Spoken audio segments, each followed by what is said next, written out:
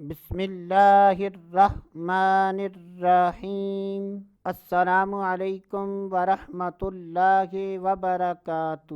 آج کی اس ویڈیو میں بات کریں گے اگر کسی کا مال چوری ہو جائے یا گم ہو جائے تو قرآن پاک کی اس آیت مبارکہ کو کثرت کے ساتھ پڑھ لیں تو انشاءاللہ عز و جل اس آیت کو پڑھنے کی برکت سے چوری شدہ مال یا جو مال گم ہو گیا ہے وہ اللہ تبارک و تعالی کے فضل و کرم اور اس آیت کو پڑھنے کی برکت سے مل جائے گا۔ کوشش کریں کہ اس آیت کو پڑھنے سے پہلے تلفظ کی ادائیگی درست کر لیں۔ اگر ہمارے تلفظ کی ادائیگی درست ہوگی تو انشاءاللہ عز و جل وظیفہ بھی اثر کرے گا۔ تو کوشش کریں کہ اس آیت مبارکہ کو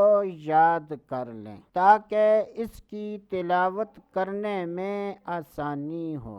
اگر یاد نہیں کر سکتے تو دیکھ کر اس کی تلاوت کر لیں۔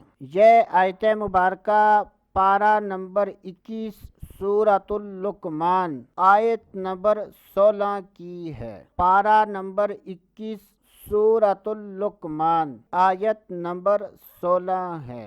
آیت مبارکہ سن لیں۔ یا بنی انہا ان تک مثقال حبۃ من خردل فتکن فی صخرۃ او فی السماوات او فی الارض یأت بها اللہ ان اللہ لطیف خبیر۔ ایک بار پھر سن لیں۔